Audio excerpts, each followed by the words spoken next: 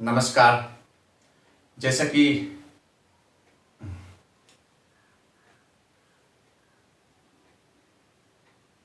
Sitting power, sitting capacity के लिए जो सीरीज शुरुआत किया हूँ साहित्य का, महान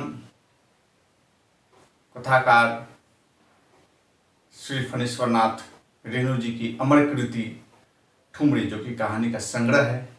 इसमें टोटल 9 कहानियां हैं और हम लोग कंटिन्यू 1 आवर्स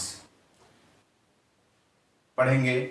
उससे ज़्यादा भी हो सकता है, कोशिश किया जाएगा कि यदि ज़्यादा हो जाए तो और अच्छी बात है।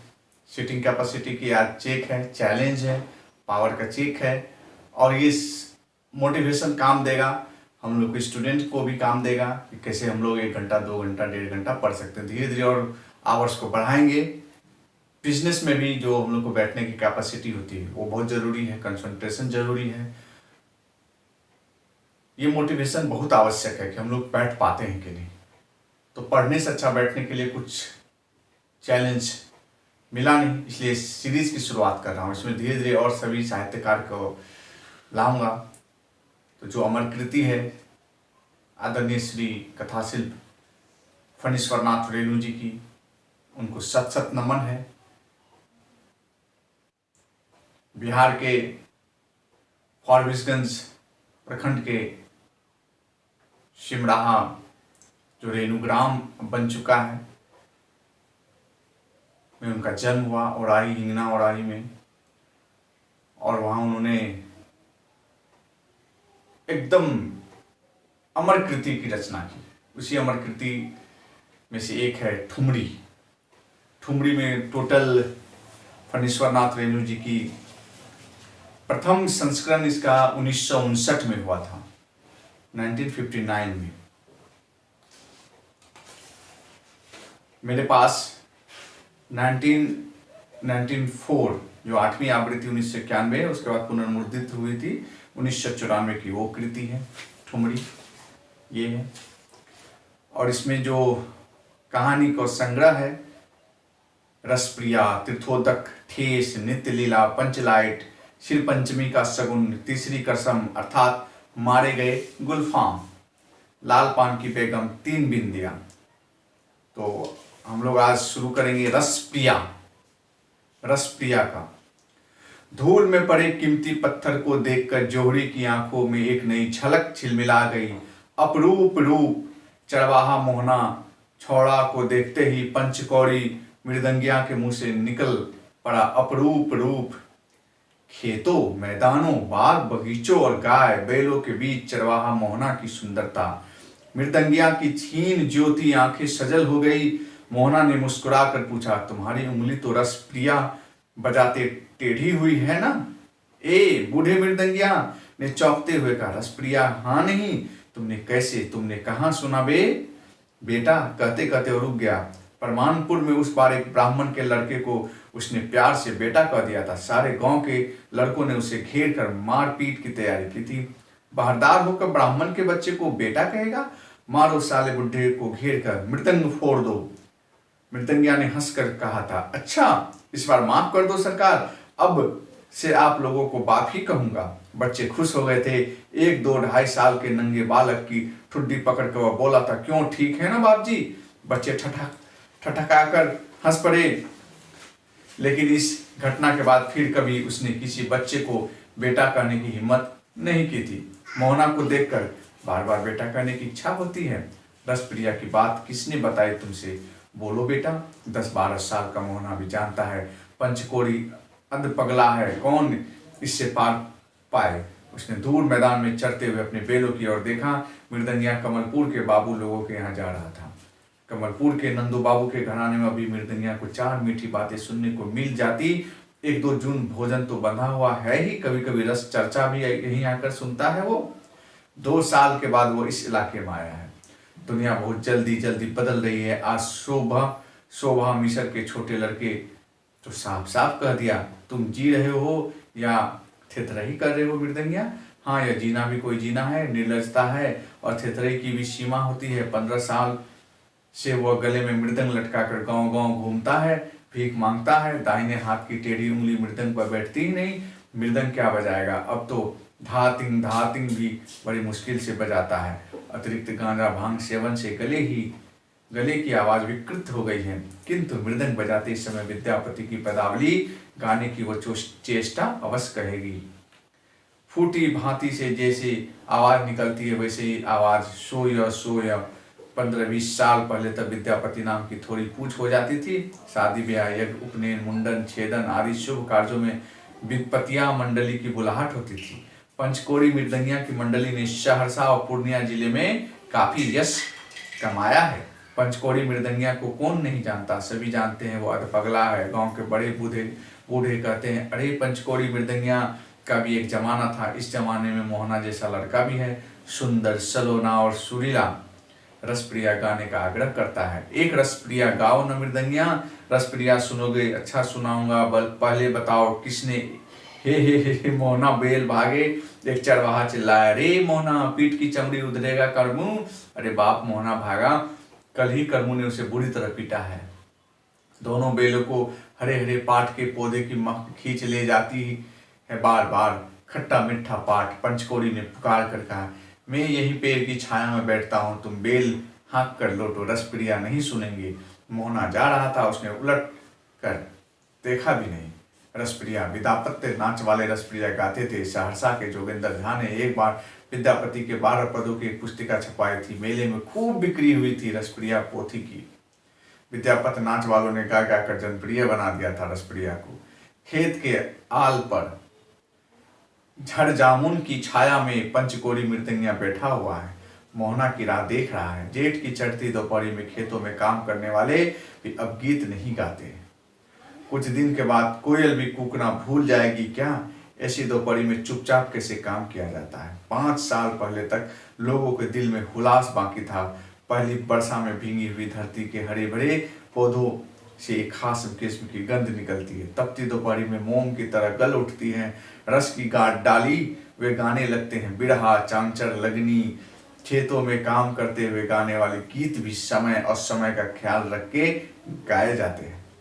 रिमझिम वर्षा में 12 मासा चिलचिलाती धूप, बिरहा, चांचर और लगनी। हाय रे हल जोते हलवा भैया रे, खुरपी रे चलावे मजदूर, एही पंथे धनी मोरा हे रूसली।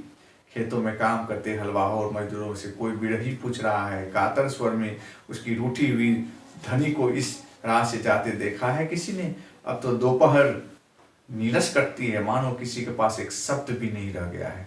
आसमान में चक्कर काटते हुए चील ने टिंकारी भरी, टिंह टिंह टिंह। मृदंगिया ने गाली दी, शैतान। उसको छेड़कर मोहना दूर भाग गया। वह आतुर होकर प्रतीक्षा कर रहा है, जी करता है दौड़कर उसके पास चला जाए। दूर चढ़ते हुए मवेशियों के झुंडों को बार बार वह बेकार देखने की चेष्टा करता है। सब धुंधला। उसने अपनी झोली टटोल कर देखा, आम है, मूढ़ी है, उसे भूख लगी। मोहना के सूखे मुंह की याद आई और भूख मिट गई। मोहना जैसे सुंदर सुशील लड़कों की खोज में ही उसकी जिंदगी के अधिकांश दिन बीत गए। विद्यापत नाच में नाचने वाला नटवा का अनुसंधान खेल नहीं, सवर्णों के घर में नहीं, छोटी जाति के लोगों के यहाँ मोहना जैसे लड़की मुहा लड़के हमेशा पैदा नहीं होते। ये अवतार लेते हैं समय समय पर जदा जदा ही। मैथिल ब्राह्मणों, कायस्थों और राजपूतों के यहाँ विद्यापत्य वालों की बड़ी इज्जत होती थी। अपनी बोली मिथिलाम में नटवा के मुंह में जन्म अवधि हम रूप निहारल सुनकर वे निहाल हो जाते थे। इसलिए हर मंडली का मूलगेम नटवा की खोज गाँव गाँव भटकता फिरता था। ऐसा लड़का जिसने सजा धजा कर नाच में उतारते ही दर्शकों में एक फुसफुसाहट फैल गई।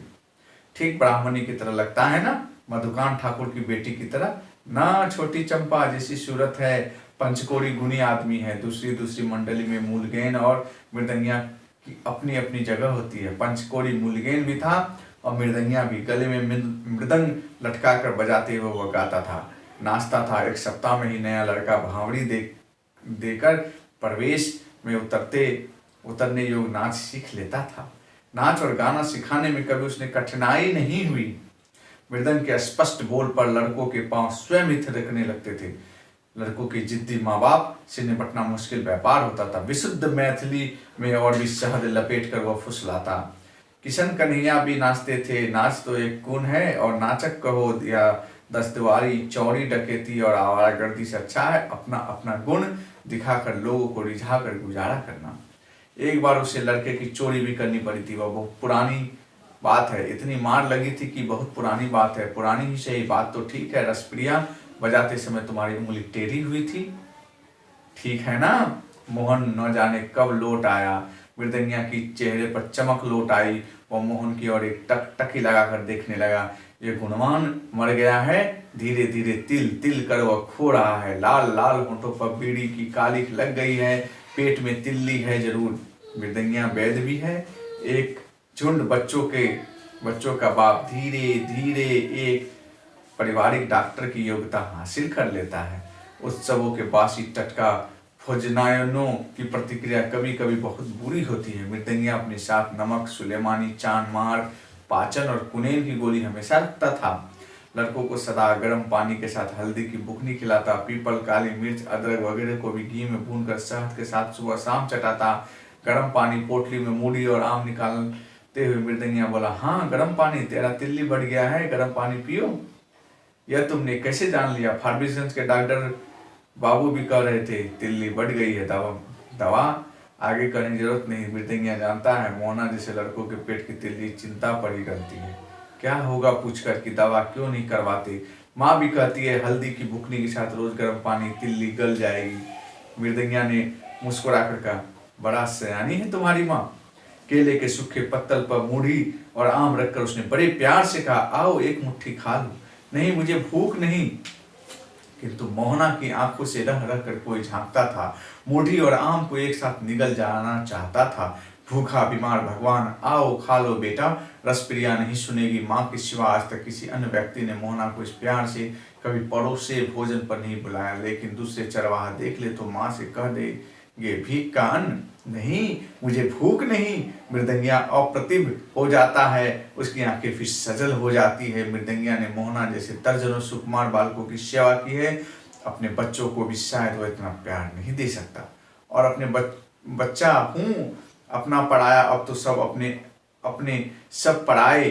मोहन कोई देख लेगा तो क्या होगा? माँ से कह देगा तुम भीख मांगते हो ना। कौन भीख मांगता है? मृदंगिया के आत्मसम्मान के इस भोले लड़के ने बेवजह ठेस लगा दी। उसके मन की झांपी में कुंडलीकार सोया हुआ सांप फन फैलाकर फुफकार कर उठा, एक साला मारेगा तो वो तमाचा की, ये गाली क्यों देते हो? मोहना ने डरते डरते प्रतिवाद किया। वह उठ खड़ा हुआ, पागलों का क्या विश्वास? आसमान में उड़ती हुई चील ने फिर टिंकारी बढ़ी, टिंग टिंग। मोहना मृदंगिया की आवाज गंभीर हो गया। मोहना जरा दूर जाकर खड़ा हो गया। किसने कहा तुमसे कि मैं भीख मांगता हूँ? मृदंग बजाकर, पदावली गाकर, लोगों को रिझाकर पेट पालता हूँ। तुम ठीक कहते हो, भीख का ही अन्न है, जब भीख ही वो फल है, मैं नहीं दूंगा। तुम बैठो, मैं रसप्रिया सुना दूंगा। मृदंगिया का चेहरा धीरे धीरे विकृत हो गया। आसमान में उड़ने वाले चील अब पेड़ की डाली पर आ बैठी, टिंग टिंग।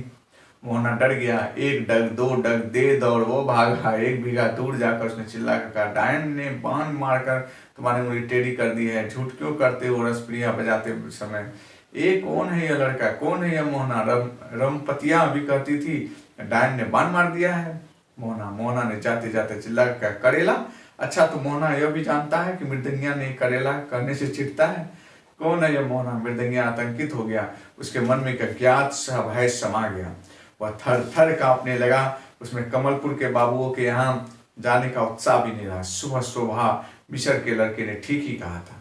उसकी आंखों से आंसू झरने लगे। जाते जाते मोहना डंक मार गया। उसके अधिकांश शिष्यों ने ऐसा ही व्यवहार किया था उसके साथ। नाच सीखकर फुर से उड़ जाना का बहाना खोजने वाले एक लड़के की बातें उसे याद है। सोनमान ने तो गाली ही दी थी, गुरुगिरी करता है चट्टा। रमपतिया आकाश की ओर हाथ उठाकर बोली थी, हे दिनकर साक्षी रहना। मृदंगिया ने फुसलाकर मेरा सर्वनाश किया है, मेरे मन में कभी चोर नहीं था। हे सूरज भगवान, अब 10 द्वारी कुत्ते का अंग अंग फूटकर। मृदंगिया ने अपनी टेढ़ी उंगली के हिलाते हुए लंबी सांस ली।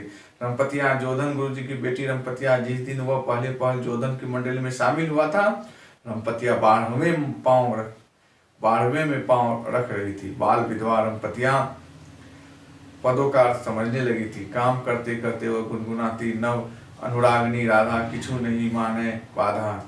मृदंगिया मूल गैनी सीखने गया था और गुरुजी ने उसे मृदंग धरा दिया था।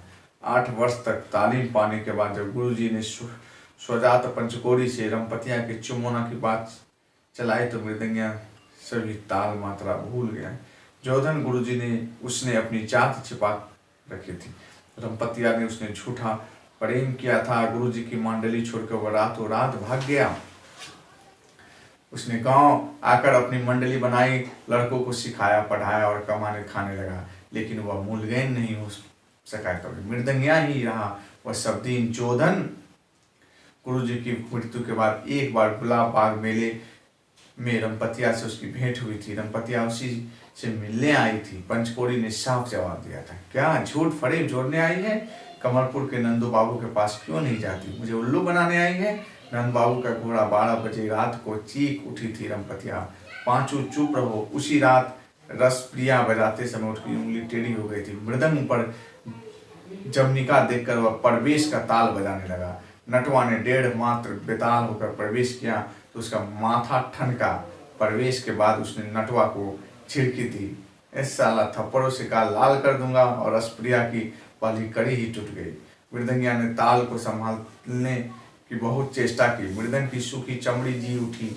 दाहिने पांव पूरी तरह लावा फरी फूटने लगा और ताल करते करते उसकी उंगली टेढ़ी हो गई। छूटी टेढ़ी उंगली हमेशा के लिए पंचकोरी की मंडली टूट गई। धीरे धीरे इलाके से विद्यापति नाच ही उठ गया। अब तो कोई विद्यापति की चर्चा भी नहीं करते हैं। धूप पानी से पड़े पंचकोरी का शरीर ठंडी महफिली में पनपा था। बेकार जिंदगी में मृदंग ने बड़ा काम किया। बेकारी का एकमात्र सहारा मृदंग। एक युग से वह गले से मृदंग लटका कर भीख मांग रहा था। धातिंग धातिंग वह एक आम उठाकर चूसने लगा। लेकिन मोहना को डाइन की बात कैसे मालूम हुई? उंगली टेढ़ी होने की खबर सुनकर रमपतिया दौड़ी आई। घंटों उंगली को पकड़कर रोती रही, हे दिनकर, किसने इतनी बड़ी दुश्मनी की? उसका बुरा हो, मेरी बात लौटा दो भगवान। गुस्से में कही हुई बातें। नहीं पांचू, मैंने कुछ भी नहीं किया। जरूर किसी डाइन ने बाण मार दिया है। मृदंगिया ने आंखों पोंछते हुए ढलते हुए सूरज की ओर देखा। इस मृदंग को कलेजे से सटाकर रमपतिया ने कितनी रातें काटी है। मृदंग को उसने अपनी छाती से लगा लिया। पेड़ की डाली पर बैठी हुई चील ने उड़ते हुए जोरे से कुछ कहा, टिंग टिंग टिंग। ये साला, उसने चील को गाली दी। तंबाकू चुनिया कर मुंह में डाल दी और मृदंग के पूरे उंगलियां नचाने लगा। धीरिनांगी धीरिनांगी धीरिनांगी धिनता। पूरी जमीन का वो नहीं बजा सका। बीच में ताल टूट गया।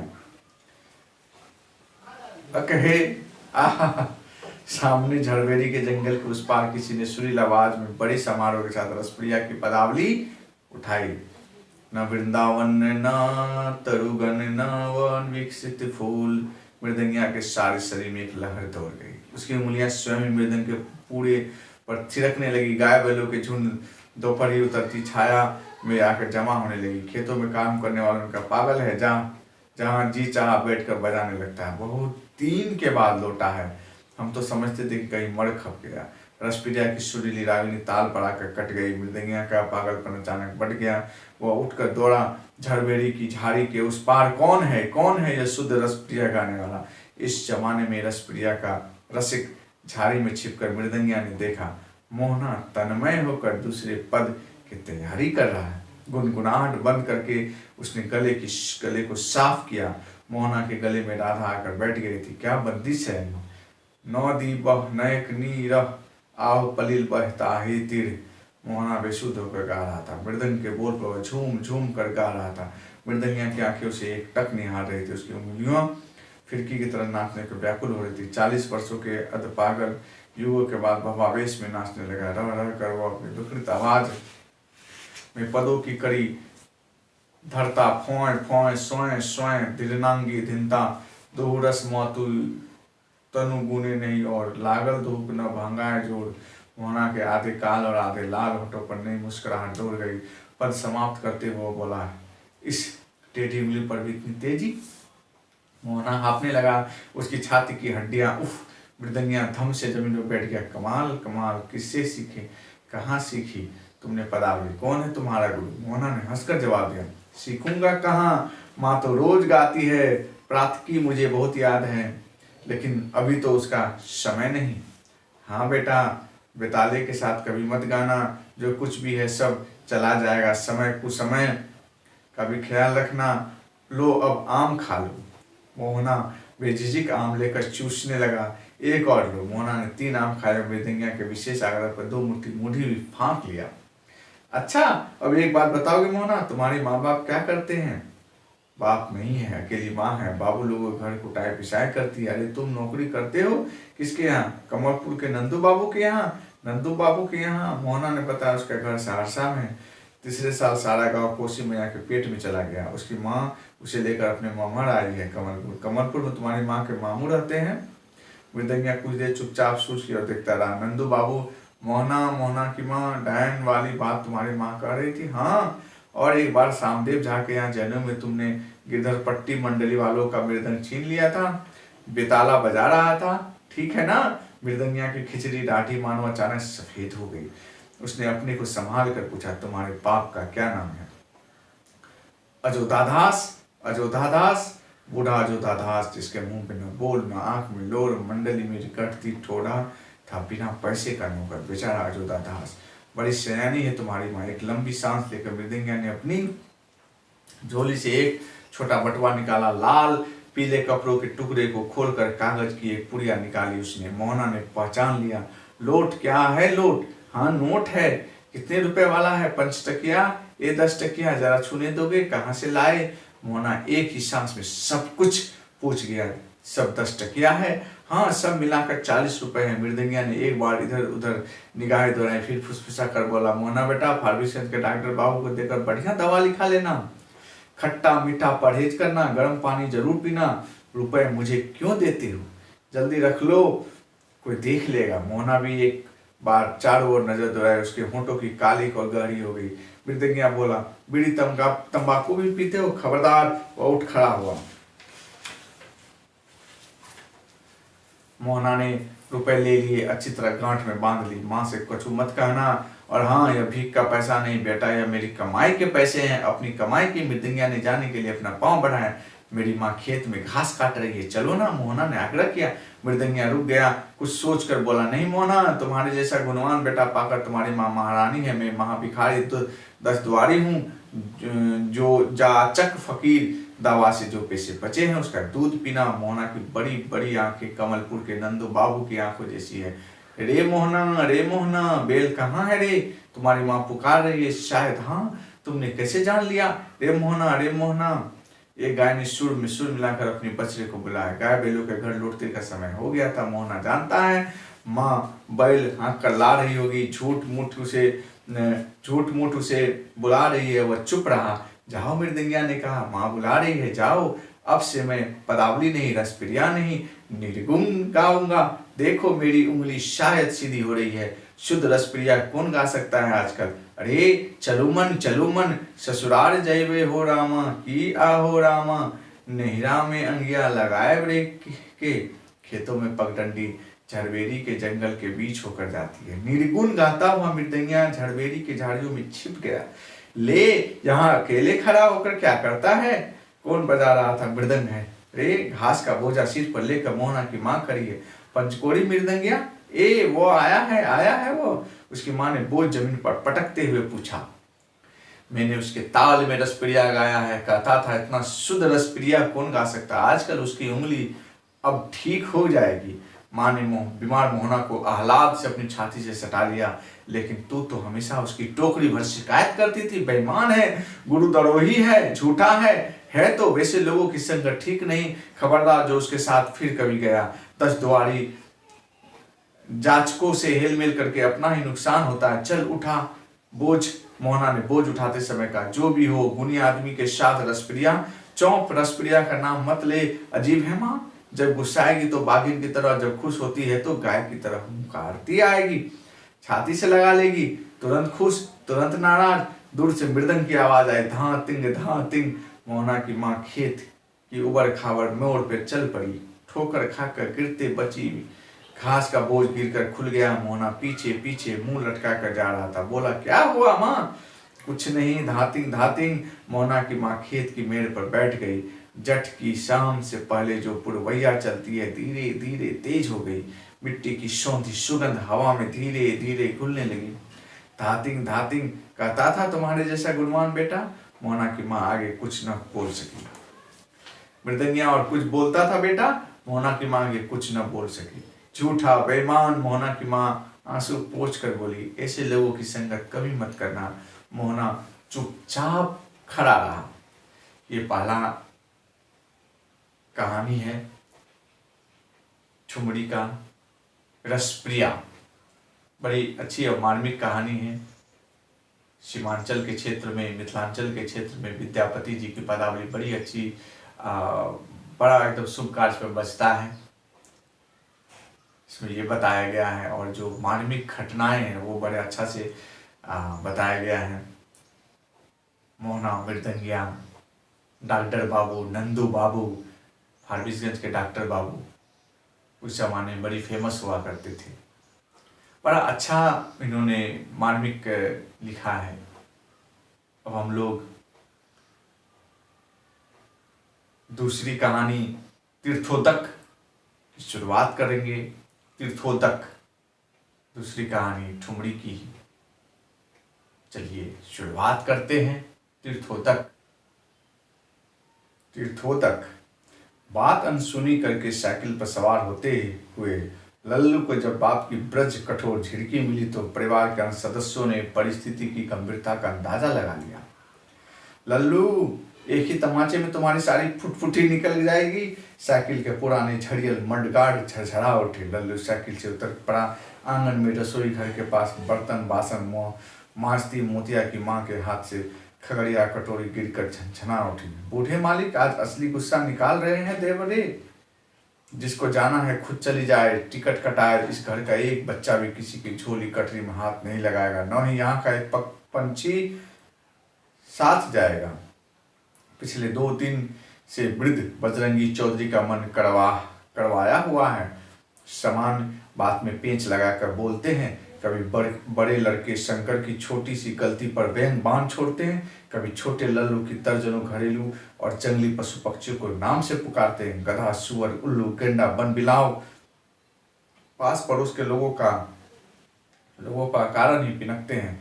गांव के लोग बजरंगी चौधरी के क्रोध से परिचित हैं। छोटे बड़े उपसर्गों को देखकर अंदाज लगते हैं इस बार बाप बेटे में ठनेगी कुछ होने वाला है। बस यही परिवार गांव में टूटरू चल रहा है। कब तक निभे? बात क्या है? परिवार का बड़ा बेटा शंकर बैठक खाने की ओर लपका। अपने बाप के क्रोध को वह जानता है। साल में 1 या 2 बार क्रोधित होते हैं और उस दिन फिर कुछ होकर रहता है। जाते जाते बहू की चेतावनी सुनाई पड़ी। न्योत कर बुलाया, गुस्सा है। कलेव की बेला से बाबूजी के मुंह पर अंधेरा छाया हुआ है। घर में खट खट खट कच कच कच करके तीरथ जाने का क्या फल मिलेगा? आज सोच समझ कर बात करे बाबूजी से कोई। हाँ, मझला विष्णु पूजा की छुट्टियों में रात की गाड़ी से घर आया है, अभी तक सोया हुआ है। यूं भी वह सुबह के 8 बजे तक सोता है। करवट लेते हुए वह अपने बिछावन पर अस्फुट शब्दों में बड़वाया, हाँ हंस सवेरे। फिर आंखें मूंद कर तकिए नीचे दिया सलाई टटोलने लगा। उधर बैठक खाने में बाप का सारा गुस्सा शंकर के सिर पर बरसा। तुम चुप रहो, बड़ा आया है वहां से। हो क्या गया है? पूछने वाला मैं पूछता हूँ कि यह घर है या धर्मशाला जिसका जी जब चला आया। परम स्वतंत्र न सिर पर को कल से समझाकर थक गया।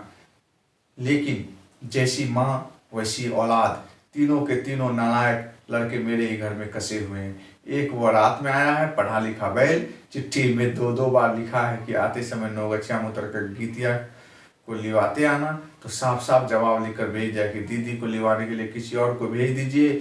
लिवाए जवाए का झमेला मुझे पसंद नहीं। सुअर साथ नहीं लाया। बीमार बहन को जरा देखता ही आता, सो भी नहीं। अपनी बहन को साथ लिवा लाने में लाज लगती है। और विष्णु की नींद टूट गई। कॉलेज का नागा करके भैया की साली को मुंगेर से जमालपुर पहुंचाने की बात यहाँ भी पहुंच चुकी है। दरवाजे पर गांव और पास पड़ोस के कई व्यक्ति आ गए। बजरंगी चौधरी का कंठ स्वर मध्यम हुआ, किंतु क्रोधाग्नि अंदर ही अंदर धुधुहाती रही। अपने तीनों लड़के, बहू और अपनी बूढ़ी पत्नी की नादानी की कहानियां विस्तार पूर्वक सुनाने के लिए वह चौकी पर बैठ गए। शंकर की 8 वर्षीय पुत्री संध्या गांव की पाठशाला से भागकर आंगन में आई। स्लेट, बही, बस्ता वगैरह फेंक कर दादी के साथ पास ठुनकती हुई गई। दादी कठिरी क्यों बांध रही हो? हाँ मैं भी जाऊंगी, लल्लू काका भी जाएगा। क्यों दादी? तीर्थ यात्री की तैयारी में व्यस्त दादी ने झुंझलाते हुए कहा, जा जा, कोई नहीं जाएगा मेरे साथ। 16 वर्षीय लल्लू मुंह लटका कर आया और माँ के सामने रुपया रखकर चुपचाप दीवार के सहारे खड़ा हो गया। जगन्नाथी लोटे के गले में डोरी की फंसी लगाते हुए बूढ़ी बोली, बहुत लोग मिल जाएंगे टिकस कटा देने वाले, टिकस कटा देने वाले। विष्णु की बोली मंजन के झाग से भरे हुए मुंह में गुड़गुड़ाई। मुंह ऊंचा करके उसने कहा, मैवा। फिर ओसारे के बगल में झाग उगल कर बोला, दूसरे से कर्ज लेकर तुम्हारी चीज ला दी, रुपया देती जाओ, आज ही मनी ऑर्डर से भेज दूंगा दूसरे का रुपया। बूढ़ी ने 8 महीने बाद घर आए हुए अपने पढ़वा लड़के की ओर देखा। किस चीज, किसका रुपया? बाबूजी की तस्वीर बड़ी करवा कर लाया हूँ। तुमने कहा था ना 30 रुपए लगे हैं दूसरे से लेकर। बूढ़ी रुखी आवाज में बोली, गीतिया को देखते नहीं आए, काठ है सब काठ, जैसा बाप वैसे बेटे, निद्रदों का झुंड। विष्णु ने तौलिए से मुंह पोंछकर समय विकृत मुद्रा बनाई हूँ देखती रही। आए, मुझे औरतों का रोना धोना पसंद नहीं। 30 पर तुम्हारी बेटी कुर्ता का खुट पकड़ कर पद जोड़ जोड़ कर रोती है। भाभी अपने ओसारे पर खड़ी घूंघट के नीचे मुस्कुराए। विष्णु बोला, रुपया देती जाओ, नहीं तो दोनों के बागड़ों के बेच दूंगा, लौट के देखना। बूढ़ी कुछ करने जा रही थी कि गांव के प्रसिद्ध शांतिजीवी मिष्टभाषी वृद्ध बोध बाबू ने धीरे धीरे आंगन में प्रवेश किया। आते ही समझा से एक दरिया दिल लगी कि वृद्ध ने, क्यों दुल्हीन, तू भी जाएगी? मुंह लटका के खड़ी संध्या ने हमेशा की तरह धत बुढ़वा बखलो नहीं कहा, होठ बिदका कर चुप रही। बहू पीढ़ी दे गई। पीढ़ी बैठकर बोध बाबू ने खंखार कर अपना गला साफ किया। लल्लू की माँ, बात यह है कि पहले मेरी पूरी बात सुन लीजिए। उतावली में काम करके पीछे पछताना पड़ता है। बजरंगी भैया कह रहे हैं इस बार शिवरात्रि में काशी जी, बहुत शिवरात सुन चुकी हूँ, अब और नहीं। बड़े बेटे शंकर को सुनाकर बोली, मैं किसी एक कहानी कोरी लेकर नहीं जा रही। शंकर ने समझाने की चेष्टा की, मैया तुम्हारी देह छूकर कहता हूँ इस बार, फिर मेरी देह की शपथ खाता है, लाज नहीं आती? नाती पोते मेरे गंगा नहा आए और मैं अभागी ऐसी की गंगा की कौन के? पोषी पूर्णिमा में कभी कोसी की किसी गढ़ैया में भी एक डुबकी नहीं लगा पाई। शंकर बोला, पिछले साल मामले मुकदमों के कितने झंझट झेलने पड़े, सो तो किसी से छिपा नहीं। शंकर परिवार का कार्यकारी मालिक समझा जाता है। तिजोरी और गोदाम घर की चाबियां गुच्छे उसी के पास रहते हैं। अपने बड़े बेटे और बहू के व्यवहार से बूढ़ी संतुष्ट नहीं, बात काटते हुए बोली, देख चुकी हूँ मामले मुकदमे का चक्कर। डॉक्टर से जांच कराने के बहाने अपनी बहू को अटना पटना इल्ली टिल्ली दिखला कर लाए। माँ की बड़े मुकदमों का चक्कर सवार हो गया। बाप पुत दोनों के सिर। बड़ी बहू मध्यम आवाज में घूंघट के नीचे से बोली, मैं किसी के पैसे से इल्ली डिल्ली नहीं घूमी हूँ। सामने तो खड़ा है पूत, पूछ ले कोई। 1 पैसे का पान भी खरीदा था किसी के लिए? मेरे काका का कितना रुपया खर्च हुआ है, पूछा है किसी ने कभी? वृद्ध बुद्ध बाबू ने फिर खंखार कर अपनी उपस्थिति का संकेत दिया। बोले, लल्लू की माँ, यूं तो तीर्थ जाने वाले को कोई नहीं रोकता, पाप होता है, लेकिन पुरुष तो सब तीर्थ से बढ़कर है। पुरुष वचन काटे जो नारी, रखिए अपनी पुरुष वचन। खूब सुन चुकी हूँ पुरुष वचन, 40 साल से, और किसका वचन सुन रही हूँ? बूढ़ी की आंखों में आंसू आ गए। भरे गले से बोली, कभी बात बेबात या चाल से कुचाल से नहीं चली। इस पर रोज 3 कोड़ी गालियां। सास ससुर और इनकी बैठक खाने से बजरंगी चौधरी चिल्लाकर कहा, शंकर, आंगन में विदेशिया नाच हो रहा है क्या? जाने क्यों नहीं देते? क्यों रोकते हो? कौन रोकता है? सन्नाटा। बूढ़ी चुपचाप गृह देवता का को पायलागी करने लगी। जय बाबा बैद्यनाथ, जय बाबा विश्वनाथ, बहुत दिनों की लालसा मन की पूर्ण करो ठाकुर। वो सारे पाकर मोतिया की माँ से बोली, अरे मखनी चल, गठरी उठा, स्टेशन तक पहुंचा दे। पांव कोस जमीन चलने से मेरी एड़ी नहीं घिस जाएगी। नहीं चाहिए गाड़ी छकड़ा, संग साथ की भी जरूरत नहीं। गांव के इतने लोग जा रहे हैं और कितना संग साथ चाहिए, तो स्टेशन तक पहुंचा दे। संध्या रोई, दादी। लल्लू की आंखें बरस पड़ी। मोतिया की माँ ने गठरी उठाई। बूढ़ी ने लल्लू को झिड़की दी, जतरा के समय आंख नाक मत पोछो, रोता क्यों है? बहू ने पायलागी की। पिंजरे में रनकू तोते ने लल्लू और संध्या का नाम लेकर पुकारा, पी पी। लल्लू संध्या, दुर्गा दुर्गा। आंगन की चौखट से निकलते ही बूढ़ी की नजर नंग धड़ंग भुलोटन पर पड़ी। शंकर का 2 साल का बेटा भुलोटन इस गोलमाल से फायदे में है। चौके के इस पार छिपकर वह मिट्टी खा रहा था। दादी को देखते ही मुंह में घुली हुई चिकनी मिट्टी की गोली को निकाल कर फेंकते हुए बोला, दाढ़ी थी। पेट पर मिट्टी मिश्रित लाड़ गिरकर सूख रही थी। बूढ़ी के जी में आया, संध्या को पुकार कर करने लगे, किंतु वह रुकी नहीं। उधर लल्लू का बाप पुकार कर कह रहा था, ललवा के दरवाजे से ले जाओ पकड़ कर, कोई प्रतीत नहीं उसकी। बूढ़ी माया ममता विचार कर चली। मोतिया की माँ ने उड़ते हुए नीलकंठ की ओर दिखलाते हुए कहा, मालकिन नीलकंठ देख लीजिए, जथा बहुत ठीक है। हर साल देवगढ़ के पंडे को सिपाही तीर्थयात्रियों को बटोरने आता है। स्टेशन पर पंडे के सिपाही ने अपने जजमानों की गिनती ली। 30 मर्दाना, 10 जनाना, 2 नीमच जवान लड़के। तीर्थयात्रा के उत्साह से उत्फुल्ल नर नारियों के बीच लल्लू की माँ का बुझा हुआ चेहरा भी धीरे धीरे खिलने लगा। 2 दिन से दुविधा में फंसा हुआ था। पंडे के सिपाही ने हाथ जोड़कर दांत निपोड़ते हुए कहा, माई जी बहुत दुख की बात, बड़े घर से सिर्फ एक यात्री, मैं तो डर के मारे उधर गया ही नहीं। बूढ़े मालिक 4-4 हाथ कूद रहे थे। लीजिए, मैंने पहले ही कटा कर रख लिया था कमीशन टिकस, बस 1 महीना तक जहाँ जहाँ जी में आए घूमिए। पंडे के सिपाही ने अपने जजमानों को संबोधित करते हुए कहा, सुन लीजिए सबको, पहले चलिए भागलपुर में बाबा बुढ़ानाथ और सुल्तानगंज में बाबा अजगबीनाथ पर जल चढ़ाने। देवघर बैद्यनाथ धाम, बाबा धाम में 2 दिन अलग जगा कर सब सीधे बड़ी लेन की गाड़ी पकड़कर काशी विश्वनाथ के दरबार। तीर्थयात्रियों ने एक साथ लंबी सांस ली। जय हो, जय बाबा। दोनों निमजवान लड़कों के पंडे के सिपाही ने झिड़की दी, ये दोनों भगवान फुच फुच कर हंसते क्यों हो? अजगबीनाथ नाम सुनकर हंसने की क्या बात? सभी तीर्थयात्रियों ने दोनों की ओर देखा। लड़कपन ही है। दोनों निमजवान के अभिभावकों ने एक साथ ही कहा, लड़का है, इसके हंसने का क्या? सिपाही ने फिर से अपने जजमानों की गिनती ली। ठीक है, वह सिपाही कहने से नाराज हो जाता है। सिपाही जी क्यों, मैं भी ब्राह्मण कुल का हूँ और पंडा जी भी ब्राह्मण। मैं पंडा जी का नौकर थोड़े हूँ, कमीशन पर काम करता हूँ। कमीशन टिकस, कमीशन पंडा। सभी यात्रियों ने अपने अपने टिकटों को देखा। कमीशन टिकस। लल्लू की मां ने पूछा, टिकस में कोई गड़बड़ी तो नहीं, अदला बदली तो नहीं हुई है किसी से?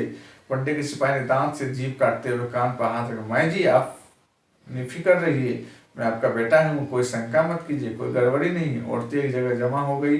घुटर शाह की बूढ़ी, डोमन की माँ, शशिकांत की स्त्री। घुटर शाह सब परिवार जा रहा है, गांव का महाजन है घुटर शाह। घुटर शाह की बूढ़ी माँ ने लल्लू की माँ से कहा, मैं कहती हूँ काशी जी तक ही क्यों, काशी धाम पहुंचकर तीर्थ राज प्रयाग न जाए तो कर्म का ही दोष समझिए।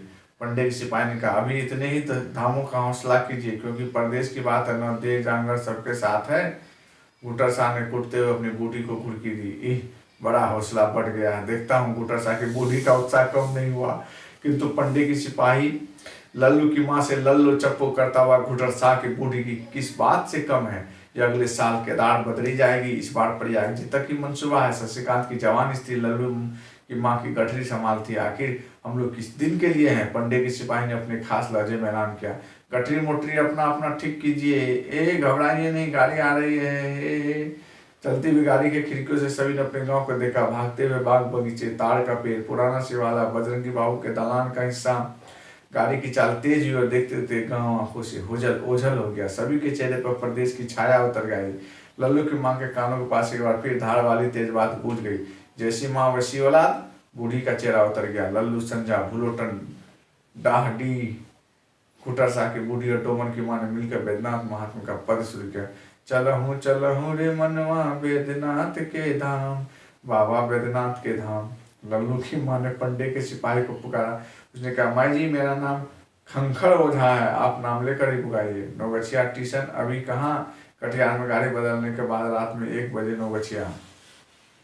नौगछिया स्टेशन से 5-7 कोस दूर किसी गांव में बूढ़ी की बेटी रहती है, ससुराल में। उसने खंखर ओझा से कहा, याद करके नौगछिया स्टेशन आने से पहले चेता दीजिएगा। 2 स्टेशन भी नहीं गुजरे, घुटर शाह की बूढ़ी 3 बार ताना मार चुकी है। लल्लू की माँ को सुना के बोली, ऐसे बेटे बेटियों से निपुती ही भली, घर भर लोग रहते हुए भी अकेली तीरथ जा रही है बेचारी। डोमन की माँ ने आजकल की बहुआ और उसकी बातें में बहके हुए बेटों की निंदा करते हुए बात का सूत्र अपने हाथ में लिया। अपने सत बेटे डोमन को सुनाकर बोली, जिस दिन देखूंगा कि मेरी डोमन मेरी बात का जवाब देने के लिए होंठ पटपटा रहा है, तुरंत आंगन के बीचों बीच पर्दा लगवा दूंगी, वो भी नहीं देखूंगी। लल्लू की माँ कटकर रह गई मन ही मन। भगवान ने बोलने का मौका दिया, बोल ले लो। कटिहार पहुंचकर डोमन की माँ ने गठरी से चिवड़ा और खुरमा सूखी मिठाई निकाल कर बढ़ाते हुए कहा, मेरी पुतों के हाथ का बनाया हुआ है खुरमा है। लल्लू की माँ ने कहा, चिवड़ा और खुरमा मेरी गठरी में है, मेरा जी अच्छा नहीं है, कुछ नहीं खाऊंगी। बुटर साहब की स्त्री ने पूरी मिठाई बेचने वाले से पूछा, दाल पूरी है? बुटर साहब कूद कर कचपचा उठा, दाल पूरी कौन खाएगा। लल्लू की माँ घुटर शाह के दमे की याद आई। दमे के दौड़ के समय घुटर शाह की स्त्री झड़ी लेने आती है और बूढ़े के अपथ कुपथ खाने से लेकर बूढ़ोती में बुढ़भस करने की कोरिया कहानियां सुना जाती है। वहीं बूढ़े का दमा तो दम के साथ ही जाएगा, लेकिन मैं बेदम होकर पहले ही मर जाऊंगी। जो जो मना है वही खाएगा, लाज की बात क्या बोलूं। घुटर शाह की बूढ़ी ताजा भाजा वाले को बुलाने लगी। लल्लू की माँ मन में हंसी। घुटर शाह की बूढ़ी ने ताजा भाजा ही क्यों खरीदा। शशिकांत की स्त्री का नजर प्लेटफॉर्म पर टहलने वाली दो बंगाली लड़कियों पर थी। ऐसी ही किसी लड़की ने उसके पति को शहर में भेड़ बनाकर रख लिया था। पढ़ा लिखा तो चौपट हुई, बुद्धि ज्ञान भी गंवा है। बाबा बैद्यनाथ उसके पति की बुद्धि फिर से लौटा दे, यही मनोती करने जा रही है वो। दुहाई बाबा, माईजी नौगछिया आ गया। खंखर ने उगती हुई लल्लू की माँ को जगाया। बूढ़ी हड़बड़ा को उठी, माथे पर कपड़ा सरका कर खिड़की से बाहर देखने लगी। उगता हुआ नौगछिया स्टेशन प्लेटफॉर्म पर भुकाती हुई रोशनी में जाती हुई औरत का मुंह नहीं देख सकी। बूढ़ी ने लंबी सांस ली। गीता के ससुराल का स्टेशन। शशिकांत का स्त्री गठरी की तरफ बेंच पर सोई हुई थी। कटियार में गाड़ी बदलने के बाद शशिकांत की स्त्री चुपचाप रोई थी। घंटों लल्लू की माँ ने कहा, बहू लोटे में पानी है, आंख धो लो, कंकड़ी पड़ गई है शायद। लल्लू की माँ शशिकांत की बहू के दर्द को समझती है। सब भाग का खेल है, नहीं तो सोने से लड़के शशिकांत की ऐसी हालत हो। पढ़ने में सबसे तेज, गाने बजाने में सबसे आगे, कैसा सुंदर शरीर, क्या हो गया अब तो निपिट मती शून्य है। आपसे क्या छिपाऊं, कपड़ा बिस्तर भी अब मैं ही पहना देती हूँ। सोच कर रही हूँ इस बीच कौन देख सुन करेगा। कोनो दोनों शाम मुंह में कोड़ डालकर खिलाएगा, उसे गला भरा है। बाबा बैद्यनाथ का नाम जप करो बहू। लल्लू की माँ मन ही मन जपने लगी बैद्यनाथ। जाप करते करते लल्लू की माँ ऊँगने लगी, बहू तो तंबाकू छूती नहीं। लल्लू का बाप हुक्के के बिना एक घड़ी भी नहीं रह सकता। कौन तैयार कर देता होगा। रोज 5 बार हुक्का पटक कर लल्लू पर गुस्सा उतारा जाएगा। तंबाकू का डिब्बा भी ले गई है अपने साथ। यह कौन सड़ा हुआ तंबाकू चिलम में डालकर ले आया है। तंबाकू और कौन होगा। चिलम में डालने के पहले जरा सा गुड़ कौन मिला देगा। लल्लू की माँ ससुराल में पैर रखने के बाद से यह काम करती आई है। सास को हुक्का पिलाकर ही बस में किया था। अंत में सास के बाद लल्लू के बाप को हुक्के की लत लगी। गीता की माँ चुप, सचमुच तुम तंबाकू में कुछ मिलाती हो। हुक्के में दम लगाने के बाद मन बादशाह हो जाता है। घुटर शाह की बूढ़ी जगकर चीख उठी, हाय रे देव, मेरा लोटा, लोटा कोई ले गया लोटा। सभी आतों ने अपने अपने लोटे की याद आई। घुटर शाह ने झुंझला कर कहा, अच्छा हुआ हर टीशन पर लोटा बढ़ाकर पानी पांडे को बुलाओ। अब घूंच घूंच शाह और सहुआन में ठंडी लड़ाई चल रही थी। घर से ही शायद। सहुआन ने तीखा जवाब दिया, प्यास लगने पर पानी नहीं तो क्या पिए आदमी, पानी में भी दाम लगता है। शाह ने खनखनाती हुई तीखी और पतली आवाज में कहा, पसेरी भर ताजा भाजा और आधी बात भद्दे इशारे से पूरी की शाह ने। तिलमिला उठी बूढ़ी, ताजा भाजा, चुटकी भर ताजा भाजा क्या खाए कि इसकी संपत्ति चबा गई। जिसके दांत है वो एक बार नहीं 1000 बार खाएगी ताजा भाजा। लल्लू की माँ को अपने घर वाले की याद आई। लल्लू का बाप ऐसा नहीं, खाने पीने की बात को लेकर कभी झगड़ा करेगा। लल्लू का बाप इतना ओछा नहीं, वो भी क्या सहुआन की तरह ताजा भाजा या दाल पूरी खाती, कभी नहीं। खंकड़ ओझा कान पर से जने उतारते हुए टट्टी से निकला, लोटा मेरे पास है, झगड़ा मत कीजिए कोई। खंकड़ ओझा जिस कोठरी में रहेगा उसमें चोर चौहार झांकी मारने आएगा। आप लोग निश्चित होकर अपना अपना जगह के मुताबिक आराम कीजिए।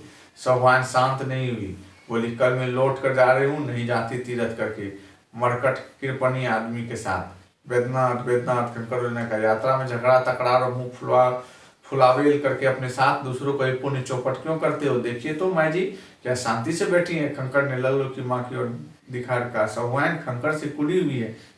लल्लू चुप और आईजी माजी करके लल्लू की माँ के पास ले जाने के समय लोटा सहुआन का बड़ा सस्ता और लोटा सहुआन का सभी झगड़े से की जड़ है। या खंखड़ बोली, अब सभी यात्री बराबर है तुम्हारे लिए। फिर कटरिया स्टेशन पर गर्म दूध वाले को पच लेकर क्यों बोलने लगे। खंकड़ ओझा तब तक कंकड़ की चिलम सुलगा चुका था। बोला, सवाइन में तुम्हारा करदान नहीं है, आंखें लाल करके मत बात कीजिए। पर परदेश में दूध वाले का पक्ष घंटा भर दूध वाले को रोकर दर भाव करेंगे, असली दूध है या पानी मिलाया हुआ परखेंगे और तब जाकर एक छटांग दूध लेंगे साजी। सो इतनी देर तक तो इस प्रेस गाड़ी छोटी स्टेशन पर नहीं रुकेगी। कंकड़ जगे हुए यात्रियों की और मुखातिब को आप ही लोग बताइए, जरा रुकेगी? शशिकांत की स्त्री भी चक्कर बैठ गई थी। उसको लगा यात्रा में झगड़ा करके सारी मंडली की यात्रा को अशुभ कर रही है सवाइन। यात्रा अशुभ होने से पुण्य मिलने से झंझट होगा। एक तो विधाता ने उसको जन्म न जाने किस अशुभ नक्षत्र में दिया कि मिली हुई पुण्य की गठरी भी हाथ से निकल गई। सोना छूती है तो माटी हो जाता है। शशिकांत की स्थिति धीरे धीरे रोने लगी। लल्लू की मां ने उसकी कलाई पर हाथ रखकर कान के पास मुंह लाकर बोली, रो मत बेटी। बेटी शशिकांत की स्त्री आंखें पोंछ ली। गाड़ी किसी बड़े पुल को पार कर थी। गड़गड़ाहट बढ़ती गई। सौमान अपने बूढ़े के कलेजे को जानती है। कोनों में दुख के हुए साजी की ओर देखकर पूछती, कलेजे की दुख दुखी बढ़ गई क्या?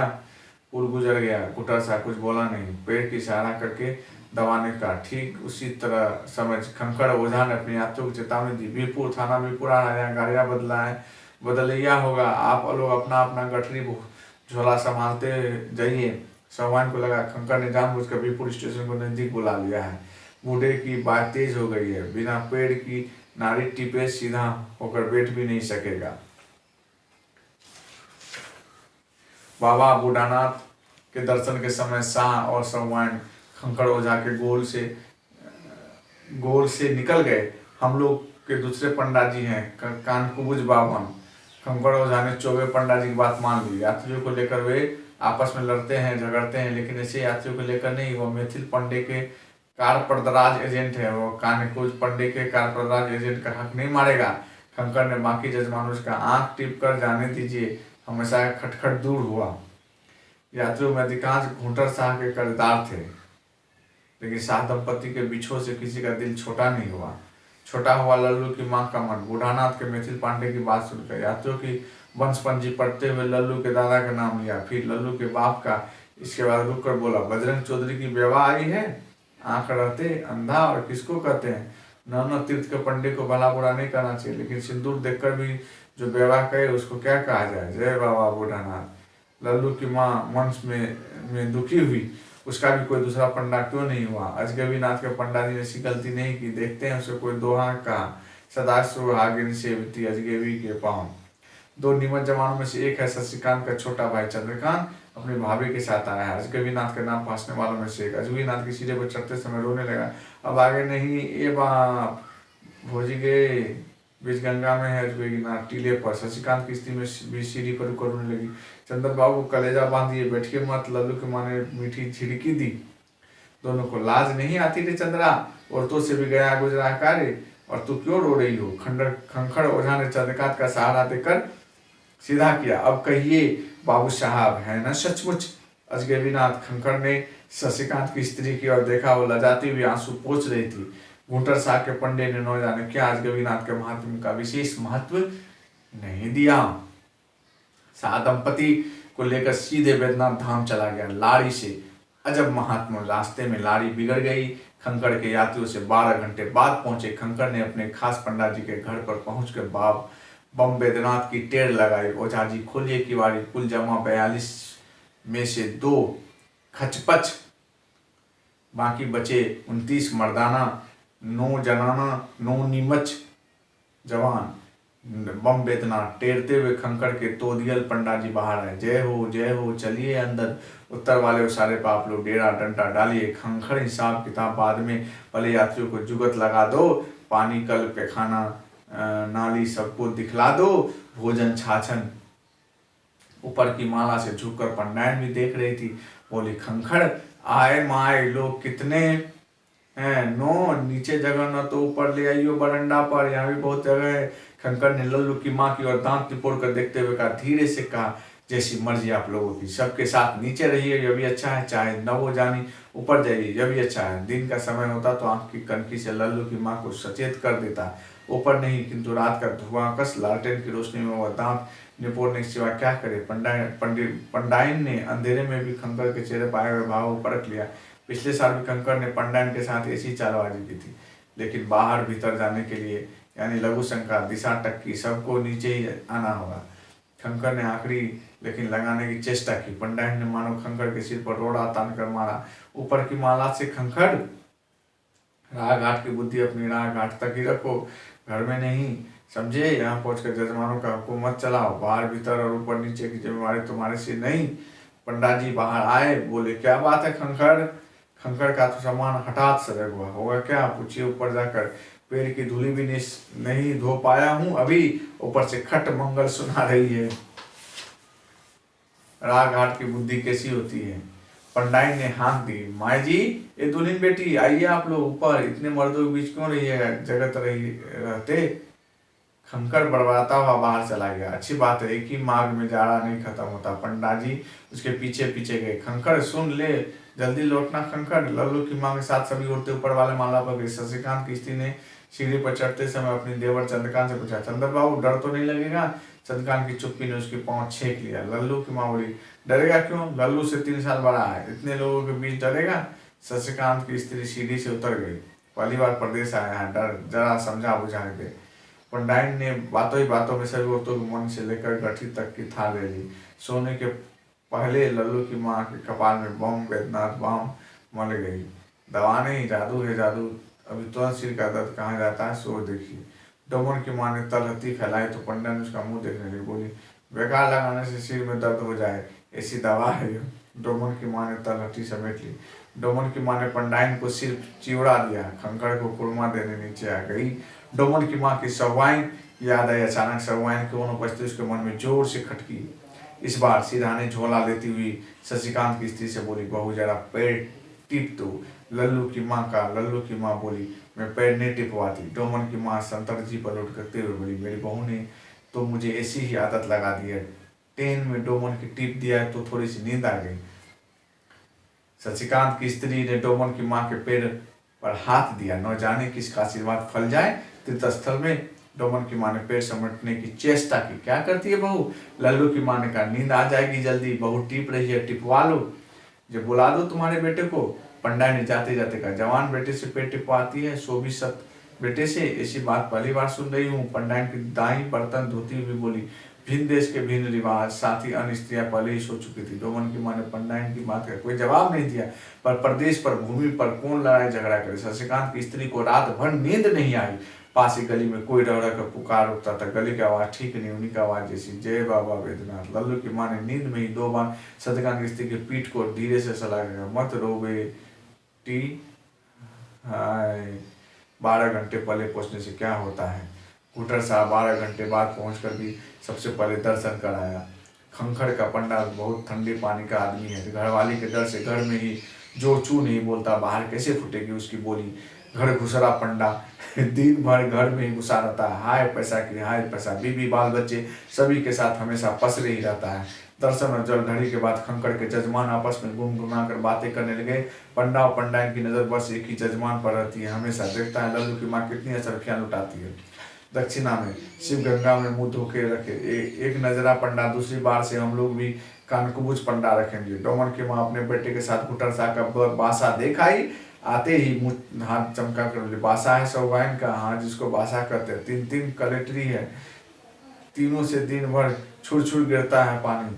नया पुख्ता मकान है, सौवाइन का पलंग पर सोई है। पंडा की घरवाली पूरी छान रही थी सास सौवाइन के लिए। सौवाइन का कान कुबज पंडा देखने में भी असली पंडा लगता है। कहता था जजमान तो भगवान दाखिल है। सामने फाटक से खंखर को आते देख वो चुप हो गई। यह खंखर भी नंबरी फक्कर है। शशिकांत की बहू को न जाने किस अघोरी बाबा के अखाड़े पर ले गया था, सो अभी लौटा है। उसने पूछा, क्या कहा अघोरी बाबा ने, कितना गाजा दिया, कुछ उम्मीद। सुधा रोने वाली शशिकांत की थी हठात सनक कर गई। दांत पर दांत पीसते हुए कर्कश कंठ में कलकत्ता उठी। चुप हट जाई छिनार, हर काम में टोकेगी, उठते बैठते छीकेगी, हर बात में आगे बढ़कर लुभ लुभ कर रोएगी। सत बेटा गिनोनी जाते समय टोक कर, कलेजा ठंडा नहीं हुआ तो आते ही सुनते जाइए, सुन लो अब सब कोई। डोमन की माँ दोनों हाथ ऊपर की ओर उठाकर पंच गुहार देने लगी। जरा सा भी मुंह में लगाम इस खलीफा की रखेलिन के मारे मुक्का के अभी नाक की हड्डियां तोड़ती हूँ। नथिया वाली पुतलिया मुझे कहती है सत बेटा गिनोनी, नेहर के खलीफा से बूटेदार चोलिया मशीन पर सिलाकर वहां जाकर देवता पितर को क्यों मनाने आई हो। तू फीता लेकर सिनाना पुआएगी, खलीफा की दाढ़ी में मेहंदी लगाएगी और घर वाला अपने चश्म से देखकर भी होश में रहेगा तेरा? पूछेगी नहीं, गांव का नाम हंसाएगी पर परदेश में आकर टोकूंगी नहीं। रास्ता भर आंख लगाती आई है खंखड़वा से। देखिए हमको मत लपेटिए, मुंह संभाल के। लल्लू की माँ सीढ़ी से उतरते समय लुढ़क गई। जल्दबाजी में आगे माँ सुलगते हुए झंगों पर एक घड़ा पानी पड़ गया मानो। सभी दौड़कर लल्लू की माँ के पास गए। चोट तो नहीं लगी ज्यादा?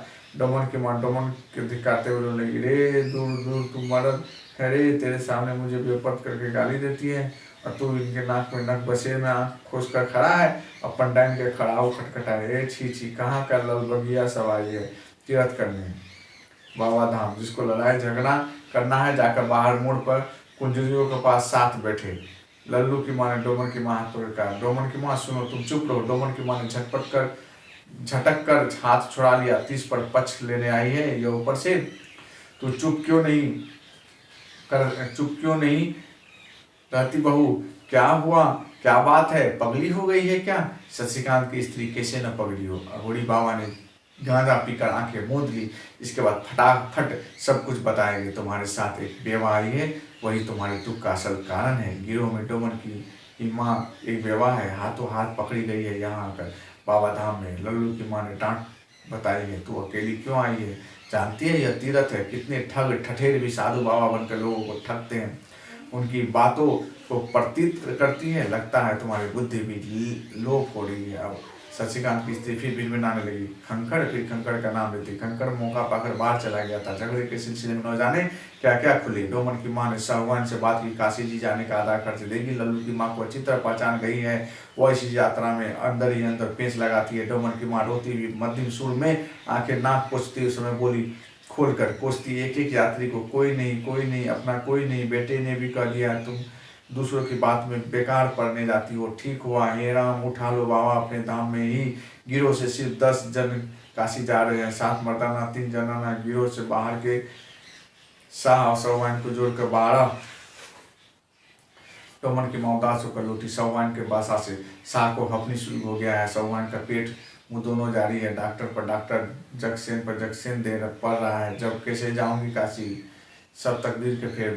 12 में से 4 घट जाएगा, 8 काठ मुर्दा घाट।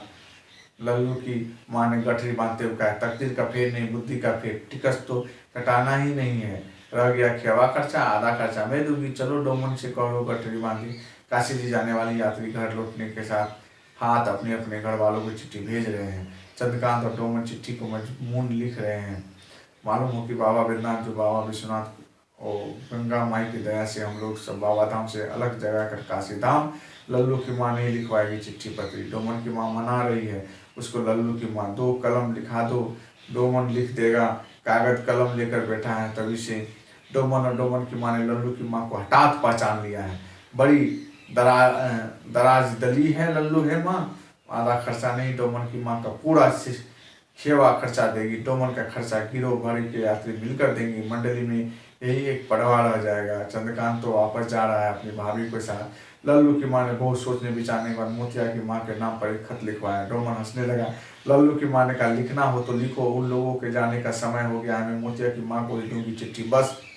डोमन लिखने लगा। आगे मखनी को मालूम हो कि हम लोग आज काशी जी की गाड़ी पकड़ रहे हैं। आगे समाचार, जो बागड़ यदि नहीं बेचा है तो विष्णु ने जो बागड़ बेच दी, कहना विष्णु से लल्लू बदमाशी नहीं करे। समझा को उसकी माँ आजकल बहुत मारती पीटती है, काम कराती है। उतनी जरा लड़की से बहू से कहियो मंगलवार को ना कार्रवाइन करे। भूलोटन के माथे में जो जट छोड़ दे। केस कटाते समय मेरे काठ के बक्स के पीछे में जो पीपा है उसमें तंबाकू एक चीलम में डालने के पहले गुड़ जरूर मिला देना। जरा बाबा बैद्यनाथ को, बाबा विश्वनाथ और गंगा माई से तुम लोगों का भला मानती हूँ, जो सुनकर दिल आनंद होए। घर लौटने वाले यात्रियों की टोली ने बम बैद्यनाथ की टेर लगाई। खंखड़ के साथ जा रहा है। हर जजमान के घर 7 दिन तक सत्संग करेगा। शशिकांत की स्त्री पैर छूने झुकी तो लल्लू की माँ ने उसको दोनों हाथों से पकड़ लिया। बहू, बाबा बैद्यनाथ के दरबार हम लोगों को पैर मत छुओ, आपको सबका कल्याण हो। जय बाबा विश्वनाथ। काशी जी के अपने पंडे को जानती है लल्लू की माँ। पंडा जी कई बार उसके घर आए हैं। इतने दिनों के बाद वह विश्वनाथ के दर्शन करने जा रही है अकेली। पंडा का नाम याद है? भोला जी पंडा। विशेषरगंज, पता नहीं भोला जी पंडा अब है या नहीं। अब जो हो जाने बाबा विश्वनाथ। अब तो काशी जी की गाड़ी में बैठ गई हैं। पश्चिम की और भागी जा रही है गाड़ी। पश्चिम कब से सुनती आ रही है कि लल्लू की माँ पश्चिम की बात, पश्चिम के गांव घर खेत खलियान औरत मर्द बोली बानी सभी का झांकी दर्शन गाड़ी खिड़की से करती हुई झाझा स्टेशन पर जो औरत गाड़ी में आई थी उसकी हंसुली का काट कितना बढ़िया था। किऊल जंक्शन पर एक लड़का ठीक विष्णु की तरह हूबहू विष्णु जैसा दिखाई पड़ा और फिर लल्लू की माँ का मन पूरब की ओर भागा। आते समय योगी ने देखा कैसी तस्वीर बनवा कर लाया विष्णु। एक दिन कह रहा था विष्णु की दोनों को एक संग बैठाकर फोटो लूंगा।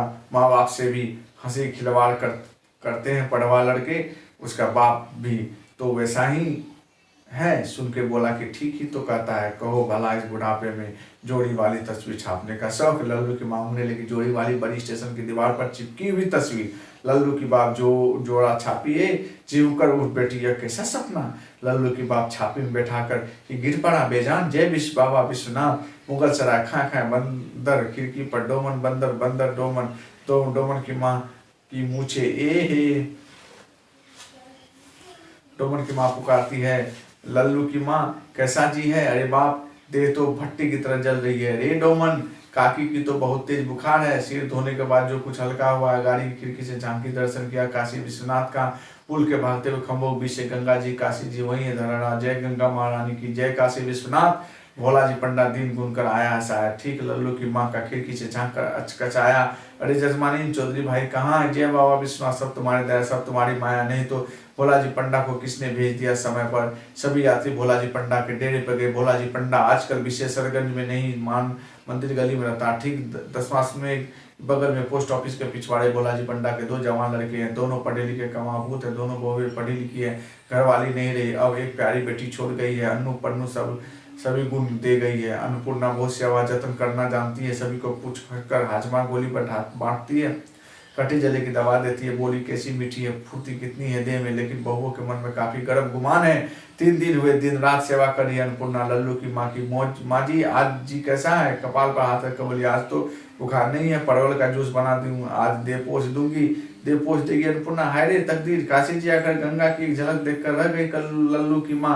गंगा नहाने के बदले दे पोछन। आज तीसरा दिन है। यात्री लोग लल्लू की माँ के लिए बैठे रहेंगे क्या। गंगा स्नान, विश्वनाथ, अन्नपूर्णा दर्शन, आस भैरव काल, भैरव गणेश जी, गोपाल जी, दुर्गा जी सभी देवी देवियों का दर्शन कर चुके हैं। आज विश्वविद्यालय गए हैं, कल रामनगर जाएंगे, दिन भर रहेंगे, रात में रामलीला देखकर लौटेंगे। तकदीर का फिर सब कुछ समझती है लल्लू की माँ। डोमन की माँ को सब कोई पहचान गई है। देव रे अन्नपूर्णा नहीं रहती तो इस यात्रा में काशी लाभ। भोला जी पंडा चौखट के पास खड़ा है। लल्लू की माँ ने कपड़ा सरका दिया। भोला जी ने पूछा, अब आज तो जी अच्छा है ना, क्यों जजमानी घबराइए मत, कल गंगा स्नान, बाबा विश्वनाथ का दर्शन सब हो जाएगा। अन्नपूर्णा कठोते में पानी ले आई। पानी नहीं गंगोत्री, जय गंगा जी गुड़ गया।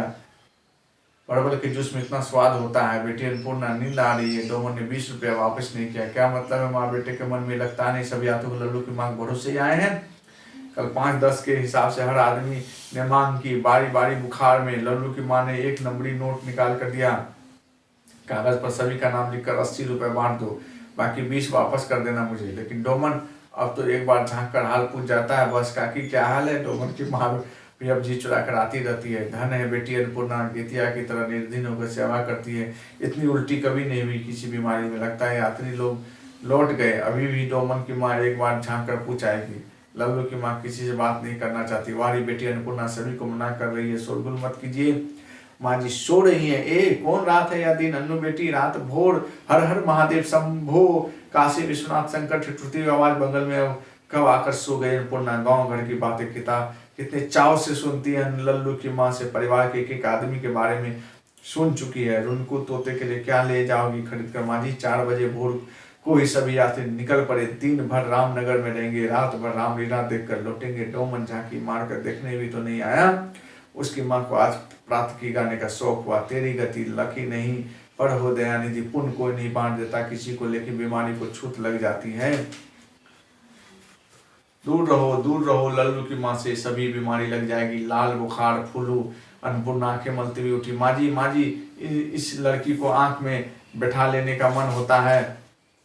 सोते उठते माँ जी रो रटती रहती है बेचारी बिना माँ की बेटी। भोला जी पंडा कहता है साथ जाएगा, लल्लू की माँ को पहुंचाने, अन्नपूर्णा को भी ले जाएगी। लल्लू की माँ पंडा भी ब्राह्मण है, कान को बुझाया मैथिली है तो आखिर ब्राह्मण। 30 पर काशी वासी ब्राह्मण। शाम को लल्लू की माँ ने अन्नपूर्णा से कहा, अनु तुमको अपने साथ ले जाऊंगी। सो अभी उठते ही कह रही है, माँ जी अभी मैं सपने में तुम्हारे साथ रेलगाड़ी पर चढ़कर बहुत दूर चली गई थी। हाँ माँ जी, तुम्हारे देश में बड़े बड़े सांप हैं। सांप मेरे सामने फन काटे खड़ा हो गया। एक भले आदमी ने सांप को डोरी की तरह उठा गले से पहन लिया। भोर भोर इतनी प्यारी हंसती है अनु। लल्लू की माँ भी हंसी। शिव जी ने दर्शन दिया। नहीं शिव जी नहीं, उसने अपना नाम बताया, विष्णु। ए सच? हाँ देखो ना, अभी तो कलेजा धड़क रहा है सांप के डर से। लल्लू की माँ ने अनु को छाती से चिपका लिया। ठीक गितिया जैसी दे, ठीक गितिया जैसी दे। अन्नपूर्णा अपने बाप के लिए पान लगाने दौड़ी। आई मुंह हाथ धुला गई है अनु, फिर भी नींद आ रही है। आज भी यदि स्नान और विश्वनाथ दर्शन नहीं कर सकी तब तो हुआ, कल ही लौट रहे हैं सभी। अन्नपूर्णा ने सपने में विष्णु को सांप लपेटते देखा है। उसने लल्लू के बाप की तस्वीर को लुढ़कते देखा था। क्या चाहते हैं बाबा विश्वनाथ? अनु ने पूछना भूल गई। सपने में देखे गए विष्णु का नाक नक्शा कैसा था? आज भोला जी पंडा गंगा स्नान करने जाएंगे तो अच्छी काशी जी आकर भी लोग चोरी चमारी करते हैं। डोमन की माँ गठरी से कुरमा टोली की दासिन की खोई हुई रुद्राक्ष की माला निकली। माला? लल्लू के बाप के लिए क्या खरीदे? शंख, असनी, आसनी, माला, चंदन, गोपी चंदन, पंडम्बा, जर्दा। लल्लू के लिए, संझा के लिए, भुलोटोन के लिए, रनकू तोता के लिए। अन्नू के लिए कुछ नहीं पूछा। लल्लू के बाप के बारे में कितनी समझदार लड़की है। माजी इधर देखिए, पहचानी तो कौन? अरे लल्लू अकेला कैसे? अन्नू किसको देखकर हंस रही है? और बरामदे पर चिरपचित हल्की खांसी सुनकर प्रसन्न लज्जा से लल्लू की माँ का चेहरा लाल सुर्ख हो गया। सिर पर कपड़ा सरका गया।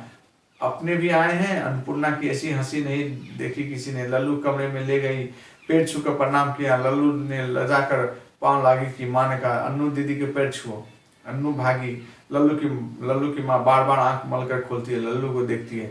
आंखों से आंसू टलमला रहे थे। उधर बरामदे में पंडा जजमान मिलन हो रहा है। जय हो बाबा विश्वनाथ की दया। कुशल समाचार? बेटी अनु, एक दतवन ला दो चौधरी काका को। कैसे पहचान गई? देखती ही अनु दौड़ कर दतवन ले आई। भोला जी पंडा ने पूछा, क्यों बेटी? लेडी डॉक्टर तुम्हारी माँ आज गंगा स्नान करेगी तो? कहती हुई अन्नपूर्णा गंगा स्नान की तैयारी करने लगी। अंदर जाकर लल्लू की माँ की गठरी से सारे निकालने लगे। भोला जी पंडा और लल्लू के बाप आगे आगे चले। खाली दे, कंधे पर धोती गमछा। आश्चर्य, दोनों की लंबाई चौड़ाई मोटाई कितनी मिलती जुलती, एक ही उम्र के होंगे। पीछे पीछे लल्लू और अन्नपूर्णा के बीच लल्लू की माँ धीरे धीरे चल रही थी। अन्नू सहारा देती। लल्लू हाथ पकड़ लेता। गली से बाहर निकलते ही शहर पर गंगा नाहिनियों की टोलियां छोटी बड़ी बाजे वाले शहनाई और खुर्दक बजाते हुए आगे आगे जा रहे थे। श्री गंगा जी जय जय गंगे। 10वां घाट की पहली सीढ़ी पर खड़ी होकर लल्लू की माँ ने गंगा जी को प्रणाम किया। गंगा की धारा में तैरती हुई नावें, भीड़, कीर्तन, जय ध्वनि, करताल, सांड, सन्यासी, कोढ़ी, लूले, जय विश्वनाथ जय विश्वनाथ। अन्नपूर्णा का हाथ पकड़कर वह सीढ़ी से नीचे उतरने लगी। देह थरथराती, रोम रोम पुलक रहे थे। उसके मन की गंगा में अचानक बाढ़ आ गई। उमड़ रही मन की गंगा बेचारी सहुआ न जाने कैसे ही भगवान कल्याण करे। शशिकांत की स्त्री ने कहा था, गंगा जी से बाबा विश्वनाथ से मेरी भी अर्जी सुनाइएगा। अर्जी सुनो। लल्लू की माँ सभी को अपने ओर से प्रार्थना कर रही है। जो नहीं आए हैं, जो नहीं जा सके, लल्लू की बात तय करके आया है। प्रयाग जी, विंध्याचल जी, अयोध्या जी, मथुरा, वृंदावन, लालसा पूर्ण करो। सभी की भला हो। शंकर, विष्णु, संजा, बहू, भुलोटन, मिट्टी मिश्रित लाड़ से भरा गोल मुंह डाही। गीता आई है ससुराल से, विष्णु ही जाकर लिवा लाया है। उनको तोता चित्रकूट के घाट पर वही संतन की भीड़, चंदन रेल, धूप, दीप, बेलपत्र, फूल की चंगेरी लेकर चल पड़ी है।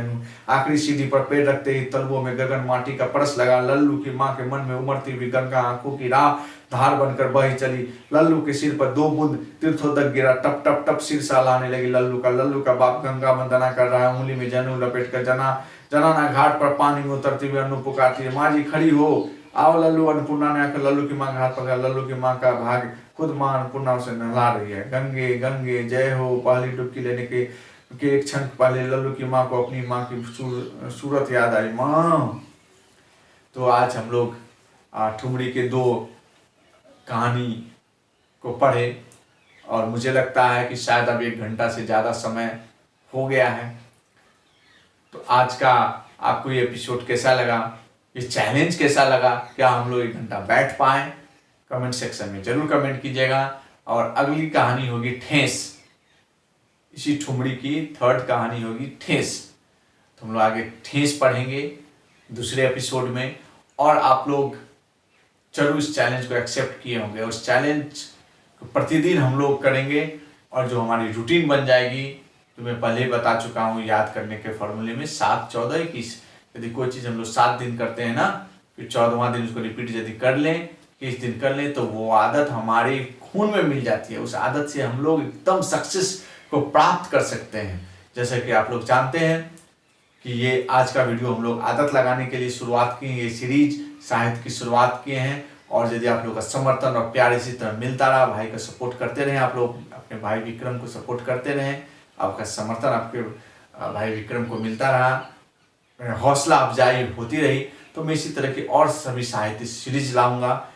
सभी अभी रेणु जी की साहित्य की सीरीज अभी जो चल रही है, और नेक्स्ट टॉपिक में नेक्स्ट एपिसोड में नेक्स्ट डे में हम लोग ठेस से शुरुआत करेंगे। अर्ली सिटिंग पावर कैपेसिटी का जो चेक होगा, चैलेंज होगा दूसरे एपिसोड में। आज के लिए बस इतना ही। जय हिंद, जय भारत।